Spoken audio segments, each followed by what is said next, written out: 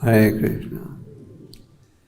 ये जो श्लोक आपने सुना, ये भागवतम का एक बड़ा प्रसिद्ध श्लोक है, जिसका उच्चारण कर रहे हैं भगवान ऋषभदेव। ऋषभदेव स्वयं भगवान हैं। आप किसका मोबाइल 5वें स्कंद में आप पढ़ते हो कि महाराज नाभि और उनकी पत्नी मेरु देवी बड़े यज्ञ कर रहे थे। उनकी इच्छा थी भगवान जैसा एक पुत्र प्राप्त हो, कि भगवान प्राप्त हो पुत्र के रूप में। भगवान उनके यज्ञ से बड़े प्रसन्न थे और भगवान ने अपने आप को प्रकट किया और भगवान ने कहा, अगर तुम्हें मेरे जैसा पुत्र चाहिए, यह संभव है। भगवान जैसा कौन हो सकता है?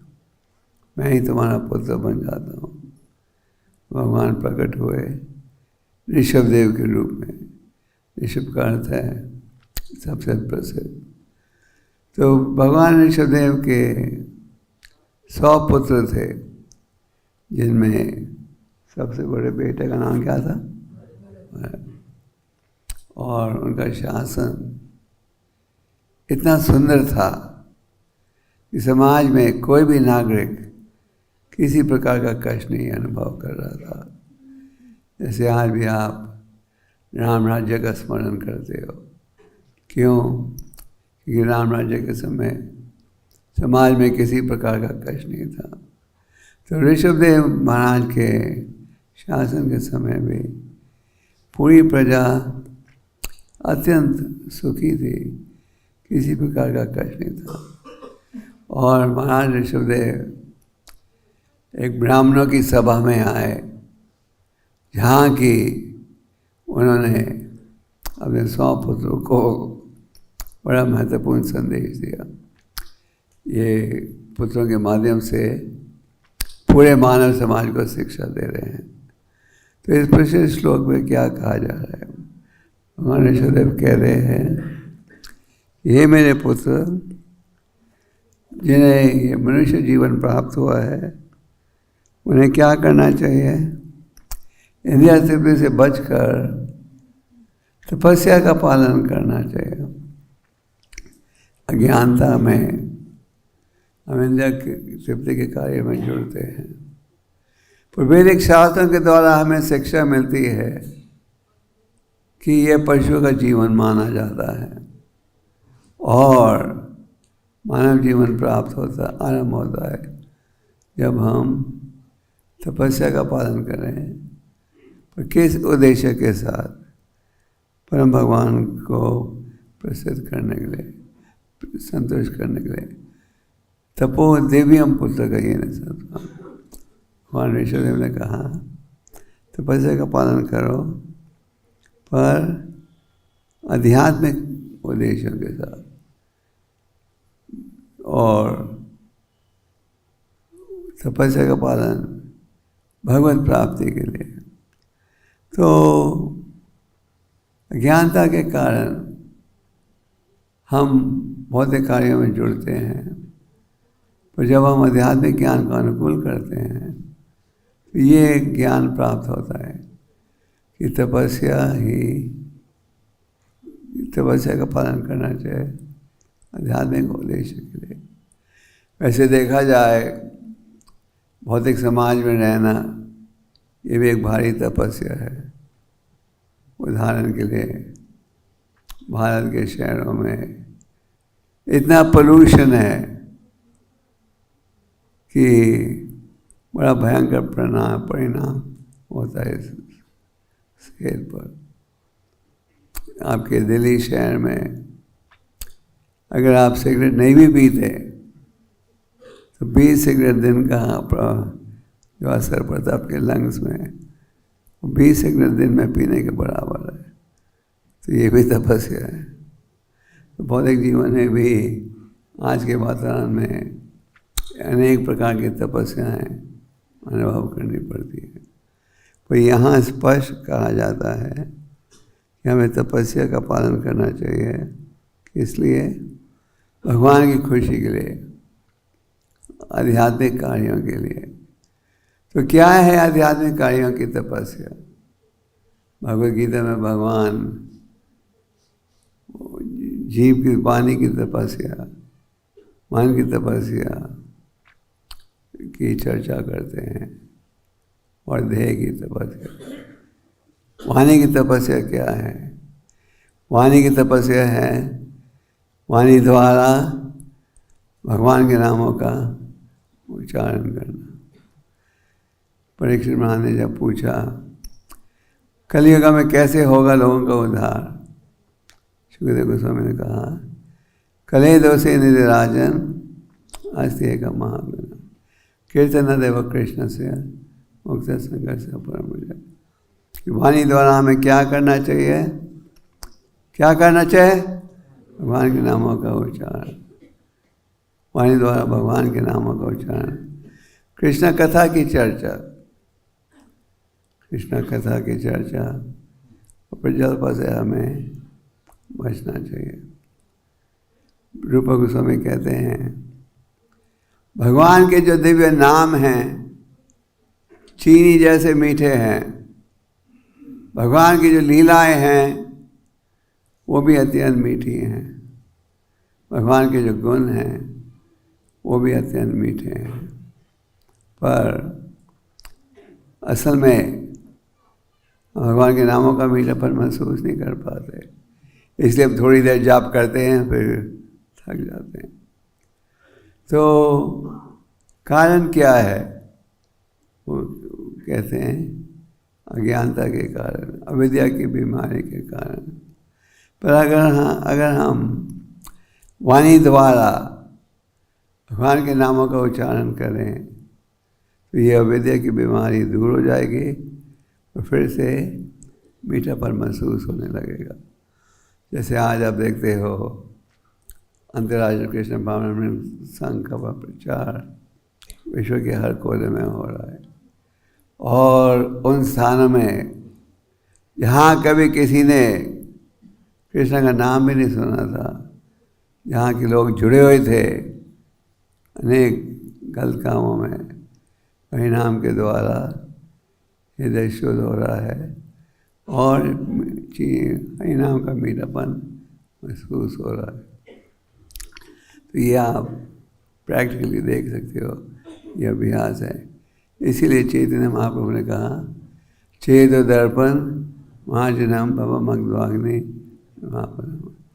हर नाम के उच्चारण का एक लाभ है कि हृदय की मैल निकलती है। यहाँ ऋषभदेव जी कह रहे हैं कि इंद्रिय तृप्ति जो कि पशु के जीवन में प्राप्त होती है उससे हमें बचना है। तो उसे कैसे बचोगे?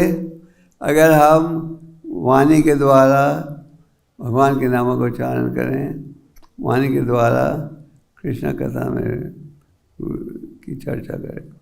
ये है तपस्या। क्यों? क्योंकि भौतिक वातावरण में हमारी आदत है कि हम प्रजल्प इत्यादि कार्य करें। जब हमें ये कहा जाता है तपस्या की बजाय भगवान के नामों का उच्चारण करो, वो एक प्रकार की तपस्या होती है।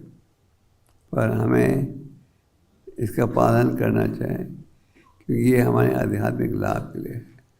आध्यात्मिक जीवन आरंभ होता है इस कार्य के माध्यम से, श्रवणम कीर्तनम।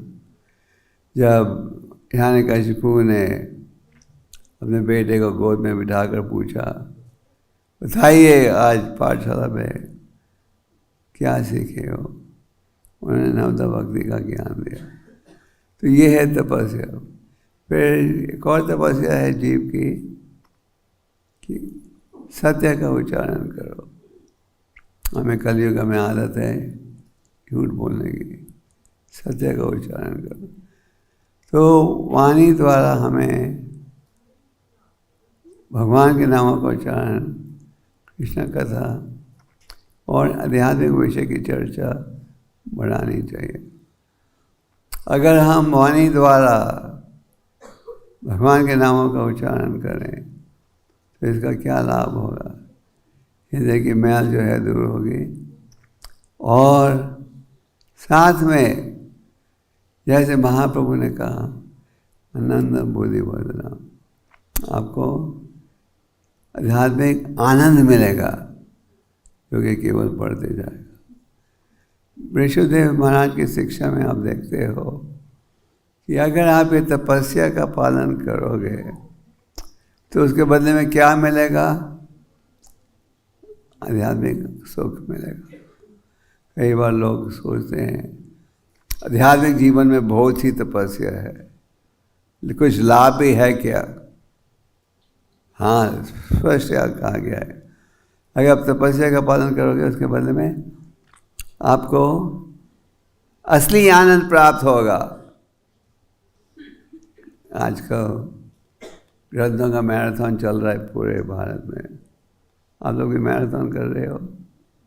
नहीं, मैराथन कर रहे हैं वो बाहर हैं, तो मैराथन में नहीं गए, वो शायद इधर हैं। तो जब आप ग्रंथों का वेतन करते हो तो कई बार लोग पूछते हैं तुम्हें क्या मिलेगा इसमें? तुम्हें कुछ कमीशन मिल रही है? जब आप ग्रंथों के वेतन की सेवा में जुड़ते हो तो क्या परिणाम अनुभव करते हो? कई जगह तो आपको साथ दिया जाता है। लोग कहते हैं ओ संत महात्मा आ गए हमारे उद्धार करने के लिए। पर कई जगहों में कई साल में आपसे पूछा जाएगा क्या तुम्हें क्या मिल रहा है? तो भक्त कई बार कंफ्यूज हो जाते हैं, क्या बोलें, हमें क्या मिल रहा है? हमें खास कृपा प्राप्त हो गई। तो जब चैतन्य महाप्रभु ने अपना प्रचार का आंदोलन आरंभ किया तो उन्होंने एक दिन भगवान नित्यानंद और हरिदास को बुलाकर कहा घर घर जाओ और ये संदेश दो, क्या? बोलो कृष्ण बाजो कृष्ण, करो कृष्ण शिक्षा। कृष्ण का नाम लो, कृष्ण की उपासना करो और शिक्षा को अपनाओ। कृष्ण की शिक्षा कहाँ प्राप्त होती है? वैदिक ग्रंथों में, खास करके भगवद गीता में। तो लोगों को ये कहो कृष्ण आपका प्राण है, कृष्ण ही असली धन है, कृष्ण तुम्हारा असली जीवन है, ये कहो। और महाप्रभु ने कहा इसके अलावा और कुछ मत कहो और आकर मुझे बताओ प्रचार का क्या परिणाम था। जैसे आप देखते हैं इस्कॉन मंदिरों में रोज सुबह हम ठाकुर जी को सुनाते हैं पिछले दिन का प्रचार का परिणाम। ये महाप्रभु के आदेश के अनुसार है। महाप्रभु ने हरिदास और नित्यानंद को कहा ये केवल नहीं कहा जाओ प्रचार करो, ये भी कहा कि आकर मुझे सूचना दो प्रचार का क्या परिणाम था। तो महाप्रभु के आदेश के अनुसार नित्यानंद और हरिदास ने प्रचार का कार्य आरंभ किया। और जब वो घर घर जा रहे थे, कई स्थानों में उनका बड़ा उत्साहित हार्दिक स्वागत किया। दोनों जा रहे थे सन्यासी के वस्त्रों में और भक्तों ने कहा आ गए संत महात्मा, बोलिए क्या है आपका संदेश? तो उन्होंने कहा संदेश क्या है? उन्होंने कहा ठीक है, हम अवश्य ही कृष्ण का नाम लेंगे, उनकी उपासना करेंगे और उनकी शिक्षा का पालन करेंगे। ये कहा गया। पर कई स्थानों में जैसे आप जब प्रचार में जाते हो, खास करके जब आप दफ्तरों में जाते हो और घरों में, कई उत्साहित भक्त कहते हैं बोलो कितनी पेटी गीता चाहिए। कई लोग 1-2 पेटियाँ ले लेते आगे बांटने के लिए। पर कई स्थानों में भगवान नित्यानंद हरिदास ठाकुर के लोगों ने कहा ये निमाई तो पागल हो गया है, अभी इन प्रतिनिधियों को भेज रहे हैं हमें पागल बनाने के लिए। जाओ जाओ जाओ। जब महाप्रभु ने अपना संकीर्तन आंदोलन आरंभ किया नवद्वीप में, ये नहीं कि हर व्यक्ति ने साथ दिया, मुसलमानों ने तो विरोध किया, कहा कि अगर हम रोकेंगे नहीं इसके निमाई के संकीर्तन आंदोलन को, सारे मुसलमान हिंदू बन जाएंगे, तो रोको, चंद काजी से कहा। और कई हिंदू ने भी विरोध किया, खास करके जिनकी आमदन समाप्त हो गई थी, उन्होंने हिंदुओं ने कहा ये निमाई जो शिक्षा दे रहा है हमारे धर्म के अनुसार नहीं है। एक मुसलमान था जो बार बार जाकर चांद काजी को कहता था रोको रोको निमाई के आंदोलन को। और चांद काजी ने कहा कि तुम जब आते हो कहते हो रोको रोको रोको, पर जब भी मैं तुम्हें देखता हूँ, मैं देख रहा हूँ तुम हरे कृष्णा बोल रहे हो, ये क्या कारण है? उसने कहा ये बात सच है, जब से मैंने ये हरि नाम सुना है, ये हरि नाम जीभ से निकलता ही नहीं। तो कई हिंदुओं ने भी निमाई के आंदोलन का विरोध किया, शिकायत की कि बनावटी धर्म है। और कई घरों में वो गए और लोगों ने देखते ही कहा नहीं तुम्हें हम अंदर नहीं आने देंगे। क्यों? जब हमने प्रयास किया शिवा आंगन में तुम्हारे कीर्तन मंडली में उपस्थित होने के लिए, हमें अंदर आने नहीं दिया।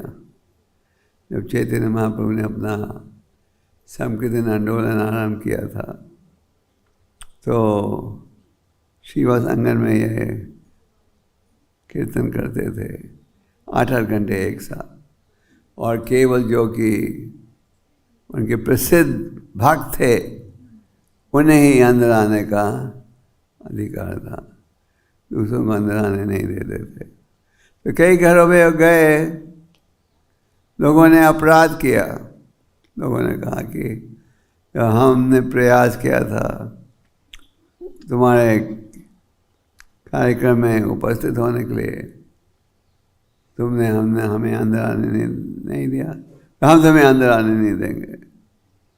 और कई घरों में हो गए, लोगों ने कहा ये तो सन्यासी के वेश में किसी डाकू के प्रतिनिधि हैं, आए हैं देख रहे घर में क्या है, फिर बाद में आएंगे चोरी करने के लिए। तो ये परिणाम किसे दिया जा रहा था? नित्यानंद और तो जब आप प्रचार के कार्य में जुड़ते हो तो क्या अनुभव होता है?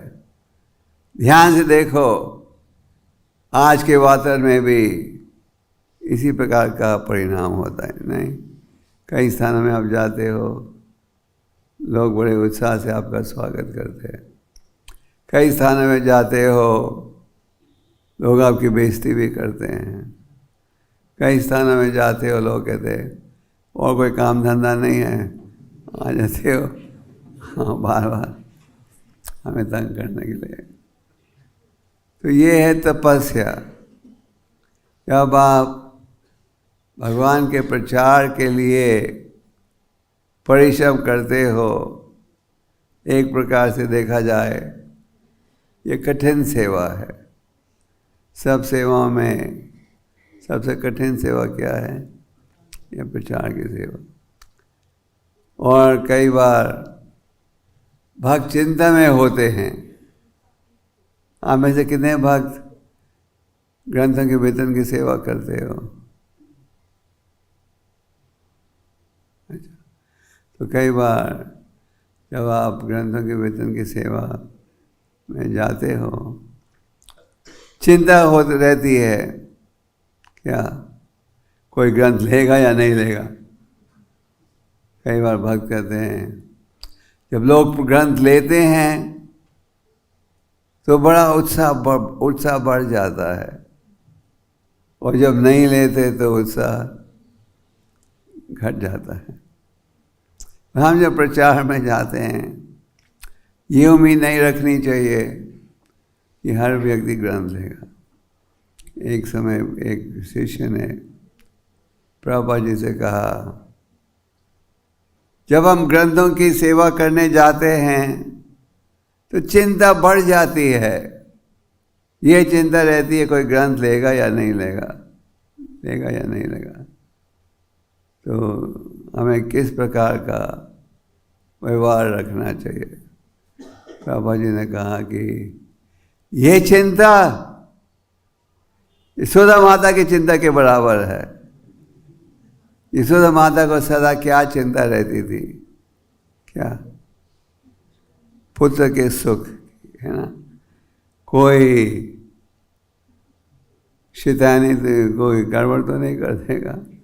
जब भगवान ने अपनी अद्भुत लीलाएं प्रकट की, जब आपने देखा कि अनेक असुर आए थे उनका वध करने के लिए, पर हमेशा उनकी सुरक्षा हुई। तो यशोदा माता सदा चिंता में रहती थी कि मेरे बेटे को किसी प्रकार का नुकसान नहीं आ जाए, हानि नहीं आ जाए। तो प्रभुपाद ने कहा कि ये जो चिंता रहती है कोई ग्रंथ लेगा नहीं लेगा, यह आध्यात्मिक चिंता है, और ये चिंता अच्छी चिंता है। ये एक तपस्या है। यहाँ ऋषभदेव कह रहे हैं इस श्लोक में कि हमें तपस्या करनी चाहिए, किस लिए, आध्यात्मिक उन्नति के लिए, आध्यात्मिक कार्य के लिए, दिव्यम भगवान की खुशी के लिए। तो ये जो प्रचार की सेवा है, ये सेवा किसकी खुशी के लिए है, भगवान की खुशी के लिए।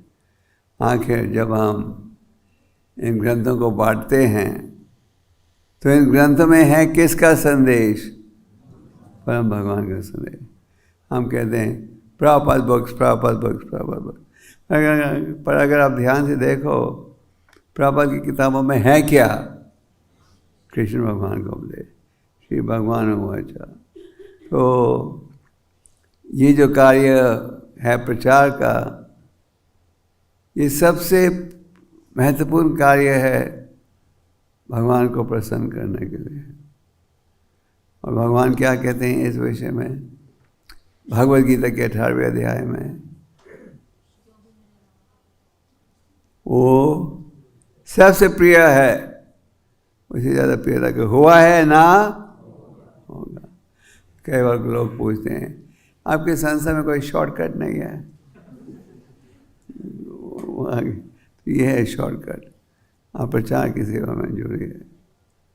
और ये प्रचार की सेवा कठिन है पर भगवान की खुशी के लिए। और हमारे आचार्यों ने इस सेवा पर अत्यंत बल दिया है। जैसे कि हमारे परम गुरु भक्ति सिद्धांत जी, उन्होंने क्या कहा प्रभुपाद से, अगर भगवान तुम्हें सुविधा दें तो ग्रंथों को प्रकाशित करना और वितरण करना। और ठाकुर भक्ति विनोद जी महान आचार्य थे, जिन्होंने शुद्ध भक्ति को ठीक रूप से स्थापित किया। चैतन्य महाप्रभु की शिक्षा गलत हाथों में आ गई थी और ठाकुर भक्ति विनोद जी ने फिर से उनकी स्थापना की ठीक रूप से। उन्होंने एक ग्रंथ लिखा था चैतन्य महाप्रभु के जीवन के ऊपर, जो उन्होंने विश्व के अनेक महाविद्यालय में भेजा, क्योंकि चैतन्य महाप्रभु जी की भविष्यवाणी थी क्या, पृथ्वी आज जाता नगराधिग्राम सर्वदा प्रचार और विमाना। तो भगवान ऋषभ देव अपने पुत्रों के माध्यम से हम सबको ये शिक्षा दे रहे हैं कि हमें पशुओं के समान जीवन नहीं बिताना चाहिए, पर हमें इस जीवन का उपयोग करना चाहिए भगवान की खुशी के लिए, आध्यात्मिक कार्य के लिए तपस्या का पालन करना। ये तपस्या अनेक रूपों से पालन करना पड़ता है। एक उदाहरण हमने दिया था जीव की। फिर मन की भी तपस्या है। मन की तपस्या क्या है? मन द्वारा भगवान का चिंतन करो, भगवान का स्मरण करो, भगवान की शिक्षा का स्मरण करो मन के द्वारा। और फिर देह की तपस्या, मन बुद्धि इंद्रियों का उपयोग करो भगवान की सेवा में। और अगर आप जानना चाहते हो इस तपस्या के बदले में हमें क्या मिलेगा, आपको असली सुख मिलेगा। भौतिक कार्यों के द्वारा जो सुख प्राप्त होता है असली है या नकली? वो है नकली सुख। प्रहलाद महाराज भागवत में इस विषय में कहते हैं, न तो विदम स्वतगते में विष्णु। लोग ये नहीं जानते कि असली सुख कैसे प्राप्त होगा। तो ये जो ज्ञान हमें प्राप्त हुआ है, ये ज्ञान हमें आगे दूसरों को भी पहुंचाना है। ये नहीं कि हमें ज्ञान प्राप्त हो गया अब हम और किसी को नहीं देंगे। फिर जो प्रचार की सेवा है, ये सेवा है जिसके द्वारा हम लोगों की ज्ञानता को दूर करना चाहते हैं। अगर आज आप देख रहे हो कि भक्तों की संख्या बड़ी है, तो उसका एक कारण ये है इन ग्रंथों का प्रभाव, इन ग्रंथों का वितरण। तो ये जो ग्रंथों के वितरण की सेवा है, खास करके ये जो मैराथन करते हैं हम इस महीने, इसमें हम सबको जोड़ना चाहिए। अगर हम प्रयास करेंगे भगवान हमें बुद्धि देंगे, और अगर हम प्रयास करेंगे कुछ कमी भी होगी तो वो दूर हो जाएगी। हमारे अनेक भक्त हैं जिन्होंने कभी जीवन में ये सेवा नहीं की थी। आज भारत में आप क्या देख रहे हो कि मंदिर के ब्रह्मचारी तो करते ही हैं सेवा, पर हमारे जो गृहस्थ भक्त हैं वो अपना समय का उपयोग कर रहे हैं इस प्रचार की सेवा में जोड़ने के लिए। जिन्होंने कभी सपना भी नहीं देखा था घर घर जाएंगे, आज वो घर घर जा रहे हैं गीता लेकर, और कई जगह स्वागत होता है, कई जगह अपमान होता है, पर वो इस सेवा में जुड़े हैं। क्यों? क्योंकि प्रभुपाद जी की हार्दिक इच्छा थी कि इन ग्रंथों का वितरण हो। प्रभुपाद जी ने क्या कहा, अगर तो मुझे संतुष्ट करना चाहते तो क्या करना चाहें, डिस्ट्रीब्यूट माय बुक। तो आप सब उत्साह से जुड़िए, और अगर आप प्रयास करोगे तो अवश्य ही सफलता प्राप्त कर सकोगे। तो भगवान ऋषभदेव कह रहे हैं कि अगर हम तपस्या करेंगे तो आनंद का जीवन प्राप्त करेंगे, और ये है असली आध्यात्मिक आनंद। तो जब हम आध्यात्मिक कार्य में जुड़ते हैं तो असली आनंद अनुभव करते हैं। प्रभुपाद जी उदाहरण देते थे गोस्वामियों का वृंदावन के। रूप और सनातन का एक समय समाज में बहुत ऊंचा स्थान था। उदाहरण के लिए जब रूपा गोस्वामी ने अपनी सरकारी नौकरी त्यागी तो उनके पास इतने सोने के सिक्के थे कि पूरी नाव भर गई थी। पर वृंदावन में जब वो आए, वो रह रहे थे अलग अलग वृक्षों के नीचे, और हरि नाम में जुड़े हुए थे और बिल्कुल संतुष्ट थे। तो ये हरि नाम और भक्ति की विधियों के माध्यम से असली संतुष्टि प्राप्त कर सकते हो। और भौतिक समाज में चाहे कितनी भी सुविधाएं हो, सदा हम क्या अनुभव करते हैं? निराश, बेचैन, चिंता। और अगर हम आध्यात्मिक मार्ग को अपनाएं तो असली सुख प्राप्त कर सकेंगे। तो संक्षेप में ऋषिदेव भगवान की जो शिक्षा है पूरे मानव समाज के लिए है।